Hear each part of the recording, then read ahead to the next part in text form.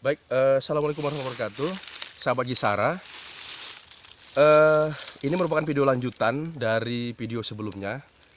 Kali ini saya mau tunjukkan kepada sahabat planters ataupun sahabat Gisara dimanapun Anda berada.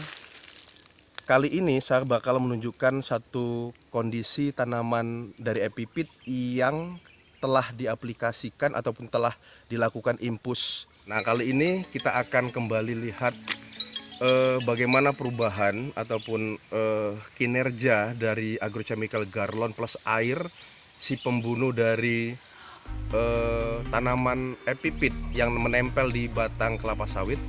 Nah, kali ini kita lihat dulu progres dia selama 1 minggu. Nah, kali ini video yang kita lihat nanti ini adalah merupakan video pasca dilakukan infus usia 1 minggu. Check it out. Nah, ini adalah satu contoh tanaman usia aplikasi 1 minggu. Kita lihat 50% dari bagian daun dan juga sebagian dari batang mengalami perubahan warna menjadi kuning dan sebagian coklat. 50% lagi masih dalam keadaan hijau. Itu masih menandakan bahwasanya agrochemical Garlon plus air masih dalam proses kerja begitu. Selanjutnya ini ada satu kondisi lagi, mungkin kondisinya lebih berubah warna ya, dari hijau menjadi kuning dan juga coklat. Kita lihat kondisinya sangat berubah ya, sahabat planters. Selanjutnya ini satu video lagi ya, kita lihat di sana. Itu juga usia aplikasi selama 1 minggu.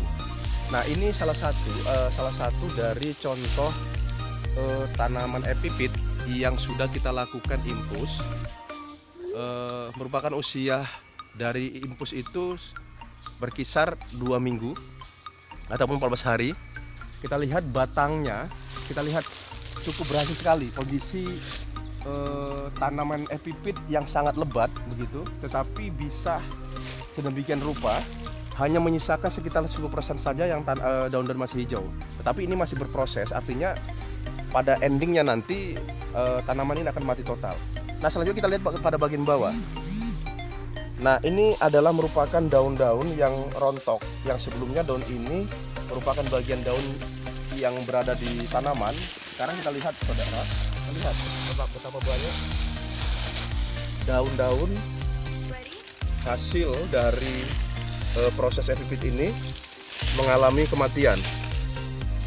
Sahabat bisa bayangkan apabila tidak dilakukan infus ataupun menggunakan alat manual, misalkan dengan egrek, bagaimana sulitnya dilakukan dengan kondisi epipit yang sebesar ini gitu. Dan kemudian juga efek dari menggunakan egrek itu, dia akan terjadi regrowth, artinya terjadi pertumbuhan tunas kembali. Artinya apa? Menggunakan egrek itu tidak menyelesaikan masalah, karena apabila kita sudah potong bagiannya pada egrek itu, dia akan tumbuh dan bahkan nanti akan menjadi besar. Pangkal batangnya dia tetap ada dan itu nanti akan menjadi besar. Sedangkan dengan menggunakan epipit, dia akan tuntas. Artinya apa? Pekerjaan itu dilakukan secara tuntas. Sekali kita lakukan infus, maka dia akan mati untuk selama-lamanya. Sekarang kita lihat kembali video dari atas sampai ke bawah.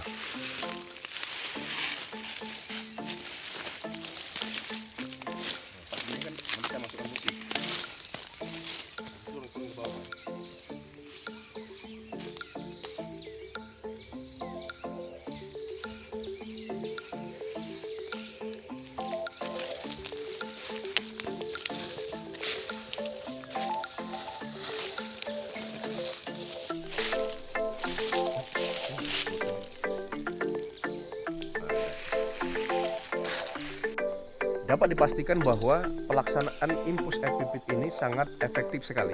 Nah, sekarang kita lihat kondisi dari pangkal,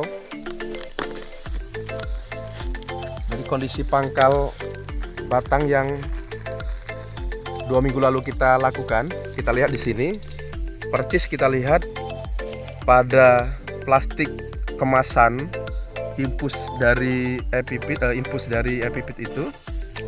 Kita lihat warna putih itu merupakan obat ataupun maaf agrochemical jenis Garlon yang sudah 90% translokasi ke jaringan tanaman, sehingga fungsi dari agrochemical inilah yang menyebabkan bagian dari tanaman terlihat kering begitu. Nah, tersisa air. Kita lihat kondisi batang sudah mengalami perubahan warna, ada bintik-bintik putih yang menandakan bahwa batang itu sudah mengalami pelayuan begitu, sehingga jaringannya juga sudah mengalami kerusakan. Juga ini kita lihat bagian batang bagian atas, kita lihat ada bercak-bercak warna putih. Artinya apa?